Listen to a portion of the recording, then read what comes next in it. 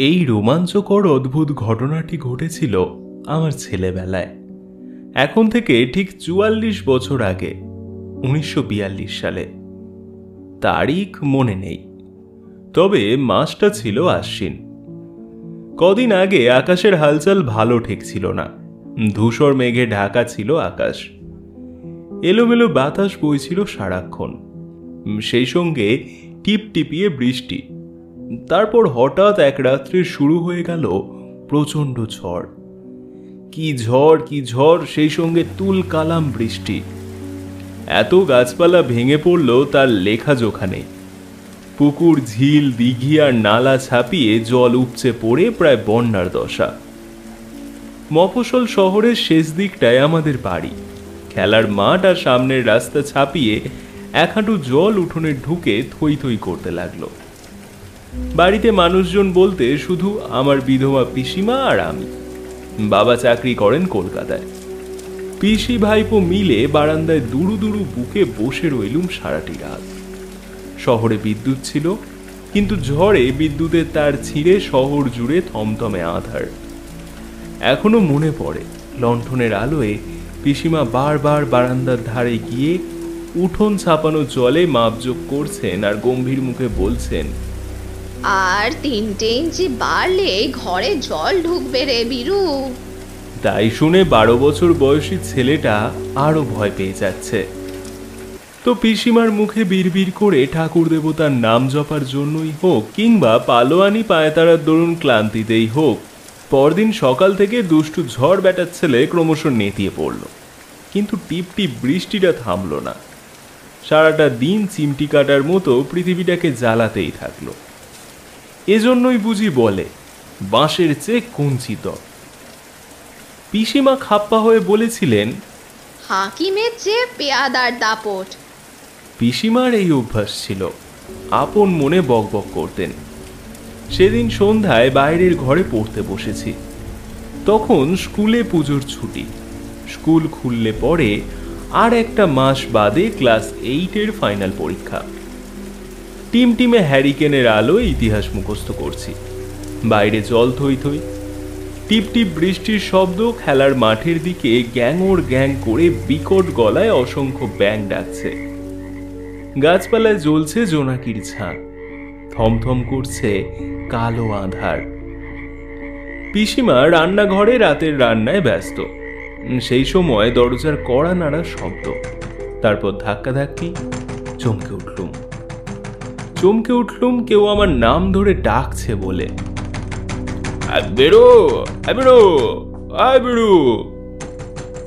তারপর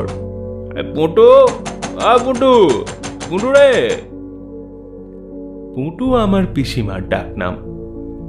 তারপরই গলাটা চেনা মনে হলো। এদিকে ডাকাডাকিটা পিসিমার কানে গিয়েছিল। আমি চুপচাপ বসে আছি দেখে খাপ্পা হলেন আমার ওপরই। বললেন, পৃথিবীতে হুলস্থুল, আর তোর এদিকে বই পড়া। কি ছেলে রে তুই? বলে দরজা খুলে দিলেন। কেউ ঘরে ঢুকে পড়ল, ভিজে জবুথবু যেন কাকতারুয়াটি। ফ্যাল ফ্যাল করে তাকিয়ে রইলুম। এদিকে পিসিমা একগাল হেসে, কুরুদা, তুমি হঠাৎ অসময় কোত্থেকে? বলে টিপ করে লম্বা চওড়া ভিজে লোকটির পায়ে প্রণাম ঠুকে ফেললেন। পিসিমার কুড়োদা আমার দিকে তাকিয়ে সহাস্যে বললেন, কিরে বিরু, চিনতে পারছিস না নাকি? ইস, তুই কত বড় হয়ে গেছিস রে। পিসিমার আমাকে খুঁচি দেওয়া দরকার ছিল না, ততক্ষণে মাথার ঘিলু সাফ হয়ে গেছে। ঝটপট উঠে গিয়ে ঝাঁপিয়ে পড়লুম পায়ে। কুড়ো মামার ভিজে পাঞ্জাবির চাপে আমি প্রচুর ভিজে গেলুম। হ্যাঁ, তো জোরে বুকে জড়িয়ে ধরেছিলেন। একটু আদর করে কুড়ো মামা আমাকে ছেড়ে দিয়ে বললেন, পুটু, শিগগির আমাকে শুকনো কাপড় চোপড় দাও, ব্যাগের ভেতর শুধু ভিজে একসা হয়ে গেছে রে। বাপস, স্টেশন থেকে রাস্তায় নেমেই দেখি জলে জলাক্কার চারিদিক। ছাতি নিয়ে বেরুতে মনে ছিল না, ভিজে না কাল রে একেবারে। পিসিমা ব্যস্ত হয়ে উঠলেন। কুড়ো মামাকে অভ্যর্থনার ভঙ্গিতে ভেতরে নিয়ে গেলেন। পড়ার বইয়ে আর আমার মন বসল না। কুড়ো মামা এসে পড়েছেন। সেই কুড়ো মামা কত অদ্ভুত অদ্ভুত গল্প না বলতে পারেন। হাসির গল্প, ভূতের গল্প, রূপকথার গল্প, ইতিহাসের গল্প। কুড়ো মামা আমার মায়ের দুঃসম্পর্কের দাদা। বছর 2 আগে মায়ের মৃত্যুর পর এসেছিলেন। তখনই আমি ওর অনুগত হয়ে পড়েছিলুম। মায়ের মৃত্যু শোক ভুলিয়ে দিয়েছিলেন কুড়ো মামা। সঙ্গে নিয়ে ঘুরতেন আর কত রোমাঞ্চকর গল্প না শোনাতেন। পিসিমার কাছেই শুনেছি কুড়ো মামা স্বদেশী আন্দোলন করে বেড়াতেন, বক্তৃতা দেন জনসভায়। সেবার আমাদের এই শহরে এই খেলার মাঠে জনসভায় ওকে বক্তৃতা দিতে আমিও দেখেছিলাম। কিন্তু সত্যি বলতে কি, ব্যাপারটা ওই বয়সে ঠিক মাথায় ঢুকতো না। পিসিমার কাছেই শুনেছি এসবের জন্যে ওকে নাকি কতবার জেল খাটতে হয়েছে, পুলিশ গ্রেপ্তার করেছে। এই সব কারণেই কুড়ো মামাকে বড় রহস্যময় মানুষ বলে মনে হতো। সেই সন্ধ্যা রাতে যখন কুড়ো মামা পাশের ঘরে পিসিমার সঙ্গে কথা বলছেন, তখন মনে পড়ে গিয়েছিল রানা প্রতাপ শিবাজি ও সিরাজউদ্দৌলার গল্প। কুড়ো মামার কাছে অমন করে না শুনলে সেবার ইতিহাসে হয়তো এত ভালো নম্বরই পেতাম না। ইতিহাসের পরীক্ষায় ওই প্রশ্নগুলো ছিল। হ্যাঁ, অশোক আর আকবরের প্রশ্ন ছিল। কুড়ো মামার কাছে তাদের কথা গল্পের মতো করে না শুনলে অমন করে পরীক্ষার খাতায় লিখতেই হয়তো পারতাম না। বই মুখস্থ করে কি ভালো নম্বর পাওয়া যায়? এই কুড়ো মামা যখন আগের মতো আমার কাছে গল্প বলতে আসবেন, সেই প্রতীক্ষায় বই বুঝিয়ে বসে রইলুম। দুচ্ছাই পিসিমার বকবকানি যে থামছে না। কুড়ো মামা এলেন অবশেষে, হাতে চায়ের গেলাস, মুখোমুখি চেয়ার টেনে নিয়ে বসে একটু হেসে বললেন, তারপর বিরু, তোর খবর বল, কোন ক্লাস হলো? কুড়ো মামার মুখে হাসি দেখেছিলুম বটে, কিন্তু ওকে কেমন যেন আনমনা দেখাচ্ছিল। অল্প কথায় ওর প্রশ্নের জবাব দিয়ে বললুম, একদিন আসেননি কেন মামা বাবু? কুড়ো মামা চায়ে চুমুক দিয়ে গলার ভেতর বললেন, আবার যা কাজ তাই করে বেড়াচ্ছিলুম। কি কাজ? ওই গান্ধীজির ডাকে কুইট ইন্ডিয়া, ভারত ছাড়ো আন্দোলন করে বেড়াচ্ছিল। হাসতে হাসতে বললুম, দোষ, ওসব কি বুঝি না। কুড়ো মামা একটু গম্ভীর হয়ে বললেন, বুঝতে হবে বই কি বাবা, কত বড় তুই হয়েছিস, এখন থেকে যদি না বুঝবি তো আর কবে বুঝবি? তোর মতো ছেলেরা। ঝটপট বাধা দিয়ে বললুম, আও মামা বাবু, ওসব থাক, বরং একটা গল্প বলুন, কতদিন আপনার গল্প শুনিনি। আহা, তোকে তো গল্প করেই বলতে চাইছি। গান্ধীজি। না মামা বাবু, এখন ভূতের গল্প জমবে ভালো। ওই দেখুন না কেমন আঁধার হয়ে আছে সব, এমন রাতেই তো ভূতেদের মজা, তাই না মামা বাবু? বলুন একটা ভূতের গল্প না হয়। কুড়ো মামা চুপচাপ গম্ভীর মুখে চা খেতে থাকলেন। তারপর গেলাস শেষ করে টেবিলে রেখে আস্তে আস্তে বললেন। কুড়ো মামা চুপচাপ গম্ভীর মুখে চা খেতে থাকলেন। তারপর গেলাস শেষ করে টেবিলে রেখে আস্তে বললেন, ভূতের চেয়েও অদ্ভুত ব্যাপার আছে জানিস বিরু, তোদের এই শহরেই সেটা ঘটেছিল। খুশিতে নড়ে চড়ে বসল। এই শহরে ভূতের চেয়ে অদ্ভুত? ভারী অদ্ভুত। বলুন মামা, বলুন না সেই গল্পটা। কুড়ো মামা আবার একটু চুপচাপ থাকলেন। তারপর বললেন, তাহলে বলি, শোন। তোদের এই শহরে প্রথম যখন আসি তখন তোর জন্মই হয়। তোর মা প্রণতি ছিল আমার খুড়তুতো বোন। প্রণতির বিয়ের সময় গান্ধীজির অসহযোগ আন্দোলনের ডাকে কলেজ ছেড়েছি, ঝাঁপিয়ে পড়েছি সেই আন্দোলনে। স্লোগান কি দিতুম জানিস? বিলিতি কাপড় গাধায় পরে, গান গেয়ে বেড়াতুম, মায়ের দেওয়া মোটা কাপড় মাথায় তুলে নে রে ভাই। সব জায়গায়, অফিসে, কাছারিতে পিকেটিং করে বেড়াতুম। তো বিরক্ত হয়ে বললুম, আবার ওসব কথা, অদ্ভুত গল্পটা বলুন না মামাবাবু। কুড়ো মামা কেন যেন ম্লান হাসলেন, বললেন, সেই তো বলছি, চুপচাপ শোনো না বাবা। তো সেই অসহযোগ আন্দোলনের ফলে আমি ইংরেজ সরকারের জেলে বন্দি হলো।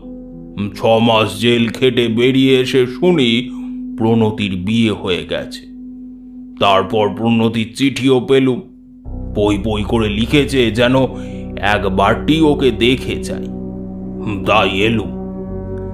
কুড়ো মামা দরজার বাইরে টিপটিপ বৃষ্টি ঝরা অন্ধকারের দিকে কেমন চোখে তাকিয়ে আবার একটু চুপচাপ থাকলেন। তারপর ফোঁস করে চাপা শ্বাস ছেড়ে বললেন, এ শহরে সেই প্রথম আমার আশা।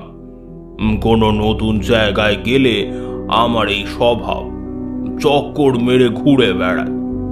পায়ে হেঁটে না ঘুরলে তো কোনো জায়গায় নারী নক্ষত্র চেনা যায় না। তাই রোজ সকালে 1 দফা ঘুরতে বেরোই, আবার বিকেলে 1 দফা বেরিয়ে পড়ি। তখন মাসটা ছিল এমনি আশ্বিন। তোদের শহরটা ভারী সুন্দর, ইংরেজরাই একে সুন্দর করে সাজিয়েছিল। রাস্তার দুধারে কত গাছপালা, কত সুন্দর সুন্দর পার্ক আর ফুল বাগান। তোদের বাড়ির সামনের রাস্তা দিয়ে দক্ষিণে কিছু দূর হেঁটে গেলে ব্রিগেড প্যারেড গ্রাউন্ড, একধারে ব্যারাক মানে সেনা নিবাস।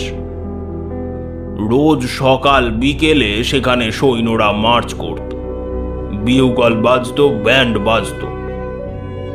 বললুম, হ্যাঁ এখনো তাই হয় মামাবাবু। কুড়ো মামা কানে নিলেন না, বললেন, সেই শরৎকালে এমন ঝড় বৃষ্টি ছিল না। একদিন বিকেলে হাঁটতে হাঁটতে ব্রিগেড প্যারেড গ্রাউন্ডের ধার দিয়ে এগিয়ে চলেছি। ব্যারাকের পর জেলখানার মস্ত উঁচু পাঁচিল চলে গেছে অনেক দূর। তারপর পুরনো খ্রিস্টান কবরখানা, তার ওধারে একটা তেমনই পুরনো গির্জা। সে তো এখনো আছে। আছে। কুড়ো মামা চাপা গলায় বললেন, মুখটা ভারী গম্ভীর। জেলখানা টানা পাঁচিলের পর জঙ্গলে পুরনো কবরখানা। কেমন? রোজই ওখান দিয়ে গেছি, কিন্তু ব্যাপারটা চোখে পড়েনি। তাই সেদিন বিকেলে ওটা চোখে পড়তেই থমকে দাঁড়ালো। ভীষণ অবাক হয়ে গেলুম ওটা দেখে। কি মামাবাবু, কি দেখে ভীষণ অবাক হলেন? একটা সবুজ পাঁচিল। সবুজ পাঁচিল? হ্যাঁ, ঘন সবুজ ঝকমকে রঙের একটা পাঁচিল, মাঝখানে একটা দরজা। দরজাটা খোলা ছিল। কিন্তু তেমন কোনো সবুজ পাঁচিল তো। কথায় বাধা দিয়ে কুড়ো মামা বললেন, হ্যাঁ, সেটাই তো অদ্ভুত। জেলখানা আর কবরখানার মাঝখানটিতে একটা দরজা, খোলা সবুজ পাঁচিল। থমকে দাঁড়ালো। ওদিকটায় ঘর বাড়ি ছিল, জনমানুষও নেই, খাঁ খাঁ জায়গা। আমার খালি অবাক লাগছিল কেন এটা চোখে পড়ে। কতবার দুবেলা ওদিকে ঘুরতে গেছি, এটা তো চোখে পড়েনি। তাই খোলা দরজা দিয়ে উঁকি মারতে গেল। দেখি কি একটা সুন্দর, আশ্চর্য সুন্দর ফুলের বাগান। কত রকমের, কত রঙের ফুল ঝলমল করছে। কত সব সুন্দর সুন্দর পাতাবাহারের গাছ, কত বিচিত্র গড়নের ঝাউ গাছ, ক্যাকটাস, লতা কুঞ্জ। মধ্যিখানে মার্বেল পাথরের একটা গোল বেদি। বেদির কেন্দ্রে একটা ফোয়ারা, ঝরঝরিয়ে জলের ধারা ছড়িয়ে পড়ছে। ফোয়ারার মাঝখানে একটা সাদা থাম, থামের ওপর তেমনই সাদা একটি পরী মূর্তি। সামনে ঝুঁকে একটা সাদা কলসে যেন জল ভরছে। আর সেই সুন্দর বাগানে ঝাঁকে ঝাঁকে রং বেরঙের পাখি বসে গান গাইছে। কি তাদের ডানার রং, কি তাদের মিঠে বুলি। বীরু, আমি তো থ বনে গেলুম। তারপর মামাবাবু, তারপর? তারপরই আমি চমকে উঠলুম। ফোয়ারার সেই পরী কলসে জল ভরছিল। হঠাৎ কলস তুলে কাঁধে নিল, সোজা হয়ে দাঁড়ালো, তারপর আমাকে দেখে ফেলল। তুই বিশ্বাস কর বীরু, তোকে কত গল্প বলেছি, কিন্তু এমন সত্যিকার গল্প কখনো বলিনি বাবা। তারপর কি হলো মামাবাবু? বুড়ি এক লাফে নেমে এলো বেদিতে, বেদি থেকে নিচের ঘাসে ঢাকা মাটিতে, তারপর মিঠে গলায় বলল, কে গো তুমি? ভেতরে এসো না বাবু, অমন করে দাঁড়িয়ে আছো কেন? এসো, চলে এসো। তখন সাহস করে ভেতরে গেল। পরী বলল, আমার সঙ্গে এসো, তুমি আমাদের অতিথি। ওর সঙ্গে চলতে থাকলো। যত যাই তত ফুল আর গাছের রং উজ্জ্বল হয়ে ওঠে। ভয় করে কোথায় নিয়ে চলেছে আমাকে। রূপকথার গল্পে আছে, রাক্ষসীরা মানুষকে এমনই ছলে ডেকে নিয়ে গিয়ে চিবিয়ে খেত। তাই করবে না তো? কিন্তু সেই সময় কানে ভেসে এলো আশ্চর্য সুন্দর সঙ্গীত ধ্বনি। এত সুন্দর বাজনা কখনো শুনিনি বীরু। মন ভরে গেল আনন্দে। তারপর দেখি ছোট্ট খোলা মেলা মাঠ। সেই মাঠের মধ্যিখানে দাঁড়িয়ে আছে সাদা পোশাক পরা একটা সুন্দর চেহারা লোক। সেই বেহালা বাজাচ্ছে। তাকে ঘিরে দাঁড়িয়ে আছে তোর বয়সী একদল ফুটফুটে ছেলে মেয়ে। পরী তাদের কাছে গিয়ে অজানা ভাষায় কি সব বলল, আর সঙ্গে সঙ্গে তারা আমার দিকে ছুটে এলো। আমাকে ঘিরে ধরে হইচই করতে লাগলো, অতিথি এসেছে, অতিথি এসেছে। ওদের পাল্লায় পড়ে আমিও ছোট্টটি বনে গেল। ওদের সঙ্গে খেলতে লাগলুম। বেহালা বাজতে থাকলো মধুর সুরে। সূর্য অস্ত যাচ্ছিল। শেষ বেলার লালচে আলোয় সেই চিকন সবুজ ঘাসের মাঠে আমরা খেলায় মেতে আছি। তারপর সেই পরী? পরীর দিকে আর চোখ ছিল না। মনে হচ্ছিল হারিয়ে যাওয়া ছেলেবেলাটা কিভাবে ফিরে পেয়েছি। আমিও ছোট্ট ছেলেটি হয়ে উঠেছি। ছুটোছুটি করে ওদের সঙ্গে লুকোচুরি খেলে বেড়াচ্ছি। এদিকে সূর্য ডুবে গিয়ে আবছা আঁধার ঘনিয়ে এসেছে কখন। হঠাৎ সেই সময় একটা অমানসিক গর্জন শুনতে পেল। সেই ভীষণ গর্জন শোনা মাত্র অবাক হয়ে দেখল ছেলে মেয়েগুলো সঙ্গে সঙ্গে কাঠপুতুল হয়ে গেল। তাদের মুখে চোখে প্রচন্ড ভয়ের ছাপ ফুটে উঠল। সবাই জড়সড় হয়ে দাঁড়িয়ে রইল। আমি ওদের জিজ্ঞেস করলুম, ও কে অমন গর্জন করছে? চলো তোমরা, ও কি জন্তু না মানুষ? ছেলে মেয়েগুলো আমার কথার জবাব না দিয়ে হঠাৎ দৌড়ে কে কোথায় লুকিয়ে পড়ল। সেই বেহালা বাজিয়ে লোকটিকেও দেখলুম ছুটে গিয়ে গা ঢাকা দিল লতা কুঞ্জের আড়ালে। তারপর আরো অবাক হয়ে দেখলুম কলস কাঁধে নিয়ে সেই সাদা পরীও ছুটে গিয়ে ফোয়ারা স্তম্ভে উঠে আগের মতো ঝুঁকে জল ভরার ভঙ্গিতে স্থির পাথরের মূর্তি হয়ে গেল। আমি তো দাঁড়িয়ে আছি, কিছু বুঝতে পারছি না কে অমন অমানসিক গর্জন করলো, আর তাই শুনে কেনই বা ওরা অমন ভয় পেয়ে লুকিয়ে গেল। আমাকে তুই তো চিনিস নে বীরু, আমি ভয় পাই বটে, কিন্তু তারপর রুখে দাঁড়াতেও পারি। আমার ভীষণ রাগ হলো। বেশ তো, ওরা সব আনন্দ করে খেলছিল, বেহালা বাজাচ্ছিল, এই আনন্দ পণ্ড করলো কে সে? তাই চিৎকার করে বললুম, কোন ব্যাটারে? সাহস থাকে তো সামনে আয় দেখি, তুই জানোয়ার না মানুষ? তখনও আমি জোয়ান মানুষ, ডন বৈঠক করতুম, লাঠি তলোয়ার খেলা শিখতুম আখড়া। ওগুলো স্বদেশী আন্দোলনেরও অঙ্গ ছিল, জানিস তো। গল্পটা দারুণ, তাই বিরক্ত হয়ে বললুম, আবার সেই স্বদেশী স্বদেশী, তারপর কি হলো বলুন। কুড়ো মামা শ্বাস ছেড়ে বললেন, আমি চ্যালেঞ্জ করে দাঁড়িয়ে আছি, আস্তিনও গুটিয়েছি।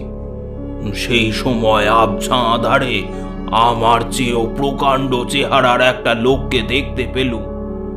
সে আবার অমানসিক গর্জন করে উঠল, তারপর এসে আমাকে ধাক্কা মেরে ফেলে দিল। অমনি টের পেলুম লোকটার গায়ে অসুরের জোর। একে এঁটে ওঠা আমার সাধ্য নয়। মাটি থেকে উঠে ঘুষি মারতে হাত তুলেছি, সে আমার একটা হাত ধরে মোচড় দিল। যন্ত্রণায় আর্তনাদ করে উঠল। তারপর সে আমার অন্য হাত ধরে আমার ঘাড় ধরে ঠেলতে ঠেলতে নিয়ে চলল সবুজ পাঁচিলের দরজার বাইরে, ধাক্কা মেরে ফেলে দিল। তারপর সশব্দে দরজা বন্ধ করে দিল। কুড়ো মামা চুপ করলেন, খোঁচা খোঁচা দাড়ি চুলকোতে থাকলেন, মুখে চাপা রাগের বা অপমানের স্পষ্ট ছাপ। বললুম, তারপর? কুড়ো মামা আসতে বললেন, জীবনে কত ইংরেজকে বেধড়ক ঠেঙিয়েছি। পরে গান্ধীজির আদর্শে অহিংসা ব্রতে দীক্ষিত নিয়েছি, কিন্তু সেই ঘটনার পর প্রতিজ্ঞা করলুম অহিংসা ব্রত আমার পথ নয়। রামকৃষ্ণ ঠাকুরের সেই গল্পটা তোকে বলেছিলুম, মনে আছে তো? ওই সাপের গল্পটা। মনে আছে, ঋষি বলেছিলেন, ওরে কামড়াতে না হয় বারণ করেছি, ফোঁস করতে তো বারণ করিনি। এবার রাখালেরা তোকে জ্বালাতে এলে ফোঁস করবি, ফোঁস করতে দোষ কি? কুড়ো মামা সায় দিয়ে বললেন, হ্যাঁ, কিন্তু ফোঁস করেও সব জায়গায় কাজ হয় না। তাই সবুজ পাঁচিল ঘেরা বাগানের সেই বদমাসটাকে মারণ কামড় কামড়ানোর প্রতিজ্ঞা করল। সারা রাত আর আগে অপমানে দুঃখে আমার ঘুম এলো না। ভোরবেলা উঠে উপযুক্ত অস্ত্র খুঁজতে শুরু করল। তখন তোদের একটা গাই গরু ছিল। সেই গরু ওই মাঠে একটা লোহার গোঁজ পুঁতে বেঁধে রাখতে হতো। সেই গোঁজটা। ঝটপট বললুম, হ্যাঁ বুঝেছি, গরুটা নেই আর, কিন্তু গোঁজটা আছে। পিসিমা ওই দিয়ে কয়লা ভাঙে, রান্নাঘরে কয়লা রাখার জায়গায় গোঁজটা এখনো আছে। কুড়ো মামা আনমনে বললেন, আছে বুঝি? তো সেইটে জামার ভেতর লুকিয়ে নিয়ে বেরিয়ে পড়ল। ব্রিগেড প্যারেড গ্রাউন্ড ছাড়িয়ে জেলখানার টানা পাঁচিলের পাশ দিয়ে এগিয়ে গিয়ে ক্রিশ্চিয়ান কবরখানার কাছে থমকে দাঁড়ালো। অবাক কাণ্ড! কি অবাক কাণ্ড মামাবাবু? সবুজ পাঁচিলটা নেই।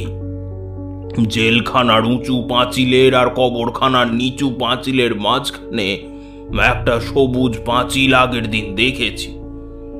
এত কাণ্ড হয়েছে, ভোরবেলা গিয়ে দেখি তেমন কিছু নেই। এ তো ভারী আশ্চর্য ব্যাপার। আমি তো গাঁজাখোর নই।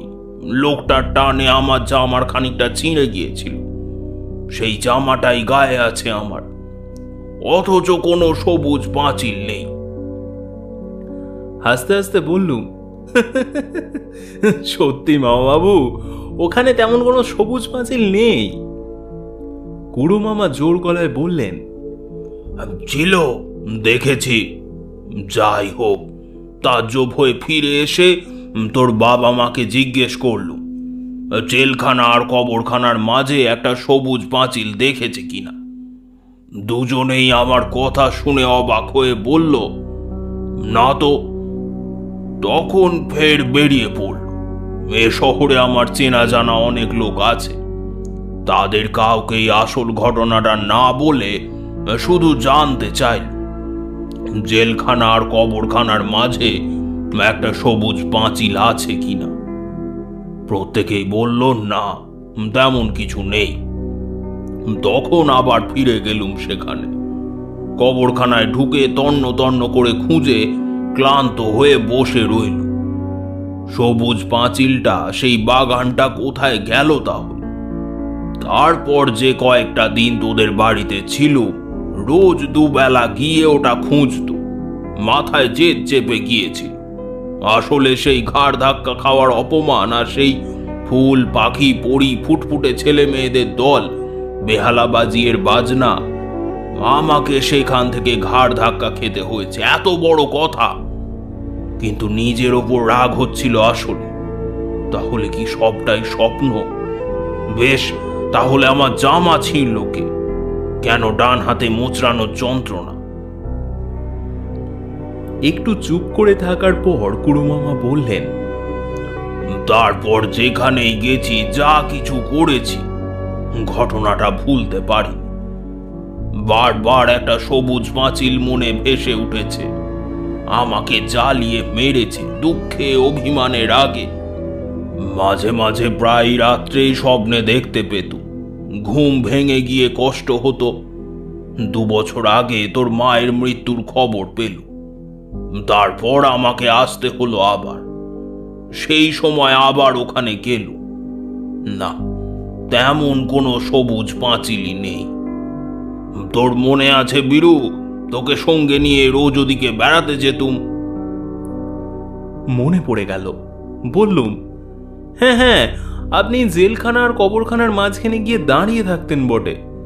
আমি জিজ্ঞেস করলে জবাব দিতেন না, কিন্তু বিড়বিড় করে আপন মনে কি যেন বলতেন। কুড়ো মামা শ্বাস প্রশ্বাসের সঙ্গে বললেন, আমি সেই আশ্চর্য সবুজ পাঁচিলটা খুঁজতুম বীরু। জোর গলায় বললুম, কিন্তু মামাবাবু, সত্যি ওখানে কোনো সবুজ পাঁচিল? কুড়ো মামা চাপা ধমক দিয়ে বললেন, চুপ কর, আছে, থাকতেই হবে। আমার ভুল হতেই পারে না। এখনো ডান হাতের সেই যন্ত্রণাটা থেকে গিয়েছে, জানিস তো? 2 দিন আগে রাত্রে আবার স্বপ্নে দেখতে পেলুম সবুজ পাঁচিলটাকে। সকালে উঠেই ঠিক করলুম এর একটা হেস্তনেস্ত করতেই হবে। প্রচন্ড ঝড় জল অগ্রাহ্য করে বেরিয়ে পড়ল।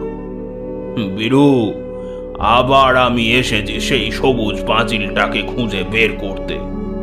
ওটা আছে, থাকতে বাধ্য।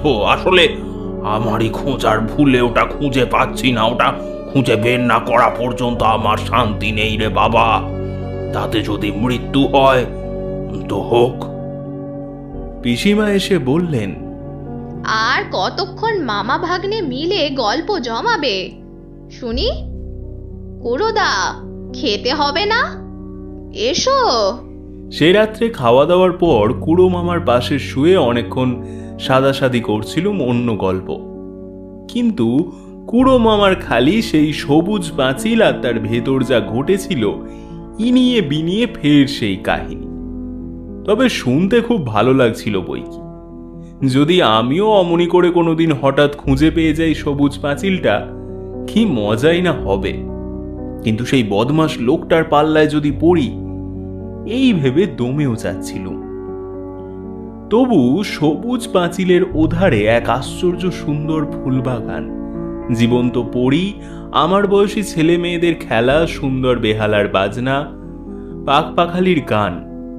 আমি ঘুমের ভেতর তলিয়ে যেতে যেতে হঠাৎ আবিষ্কার করলুম সেই সবুজ পাঁচিলের খোলা দরজার সামনে দাঁড়িয়ে আছি। মার্বেল পাথরের বেদির কেন্দ্রে সাদা পরীটাও কলসে জল ভরতে গিয়ে আমাকে দেখে সোজা হয়ে দাঁড়ালো। মিঠে গলায় ডেকে বলল, এসো বীরু, ভেতরে এসো।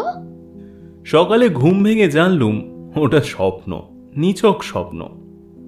মনটা খারাপ হয়ে গেল। তবে একটাই আনন্দের কথা, স্বপ্নে কোনো বদমাস লোকের অমানুষিক গর্জন শুনিনি। আমাদের খেলায় কেউ বাধা দেয়নি। পাশে কুড়ো মামা নেই। ওর ভোরে ওঠা অভ্যাস। বেরিয়ে দেখি রোদে ঝলমল করছে চারিদিক। জল নেমে গেছে উঠোন থেকে। রাস্তা শুকনো, কিন্তু কাদা। ছেঁড়া ডালপালা পড়ে আছে। কাদা থকথক করছে কোথাও কোথাও।